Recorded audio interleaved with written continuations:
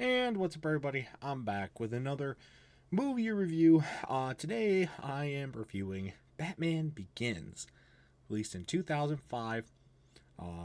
This is the first of three movies with Christian Bale as Batman. You know him from American Psycho? That's right. That's what it's called, right? American Psycho? Yeah, that's right. Um, and I guess it's part of our Dark Knight trilogy marathon that we just did. Me and Jeffy did. So yeah, another movie marathon, yay! But yeah, I was pretty excited for these. These three movies are very highly rated movies.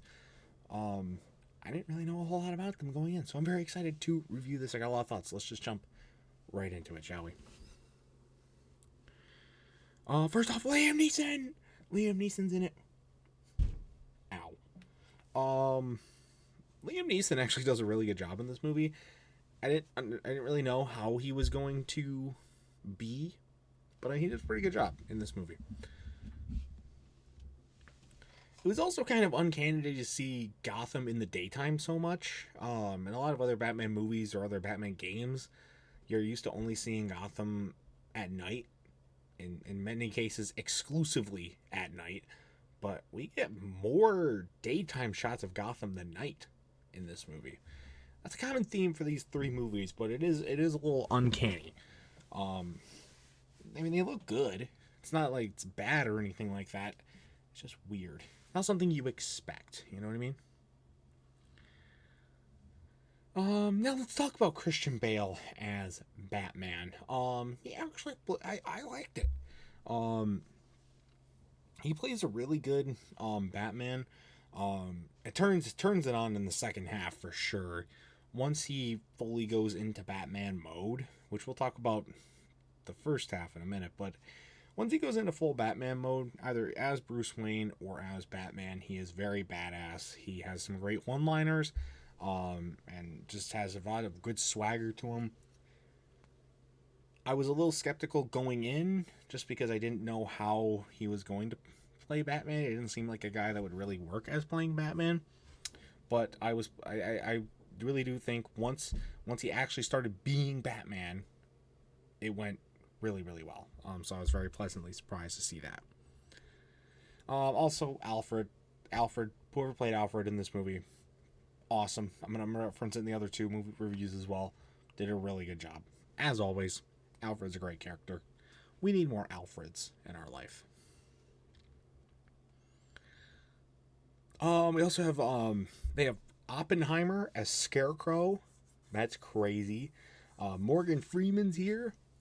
So what a cast, right? We got Liam Neeson, Christian Bale, Oppenheimer, and Morgan Freeman. That's quite the quadrilogy of cast lineup there, I will have to admit.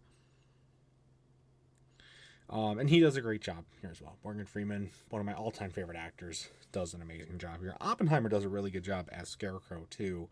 I was a little skeptical of how that was going to work going in. But it does go really, really well. They didn't go too much into... Scarecrow's the main villain in just this movie. He does pop up in the Dark Knight Rises as well, but doesn't really do any Scarecrow stuff in that movie.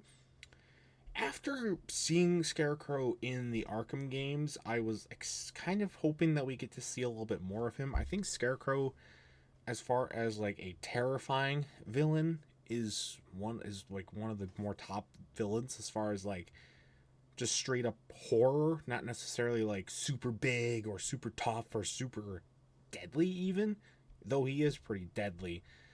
So I was kind of interested to see if they were going to do a lot with that, and they kind of do. But not really. It left me wanting a little bit more.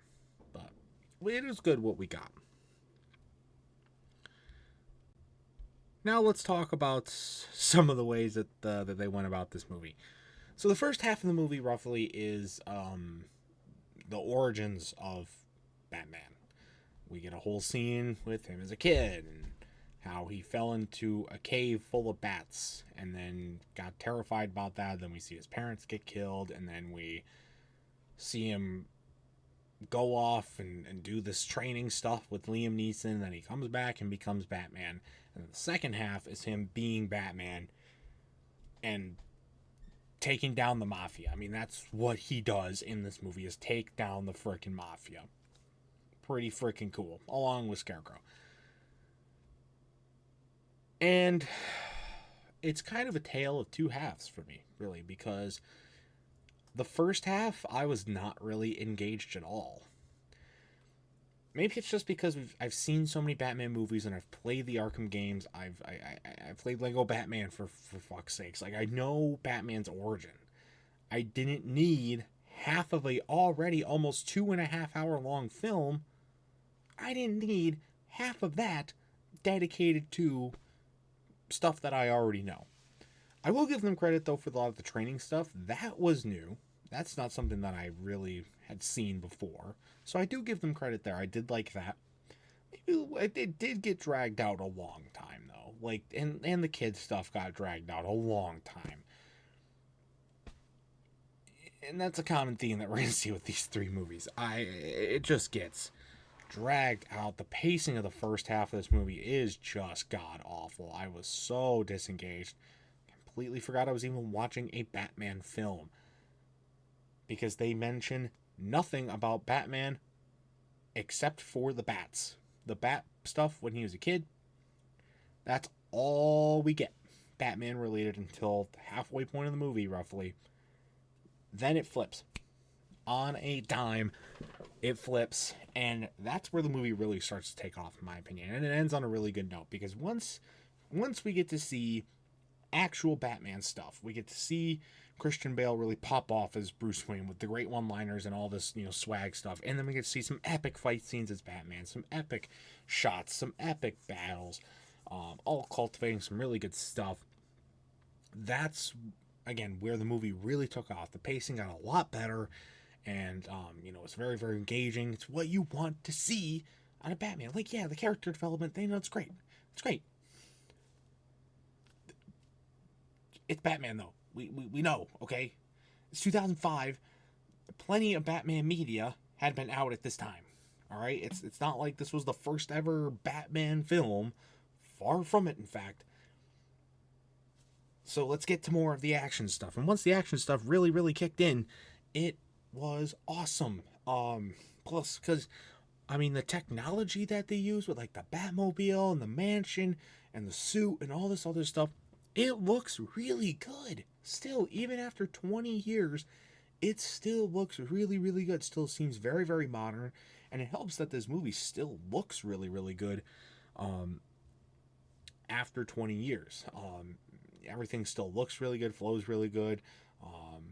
And it's done really, really well. So I got to give credit there, too. I'll also give a quick shout out to the music, too. The music was really, really good in this movie. It's not something I really noticed in the next two, but this one, definitely noticed it. It was really, really good.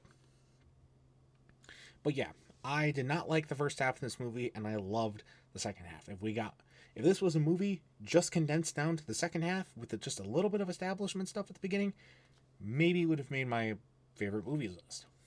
But that first half almost put me to sleep. Sorry, it did. Almost. Not quite, but almost. With that being said, it's my review of Batman Begins. Final score, I'm going to give it a 6. A 6.5. I'll give it a 6.5.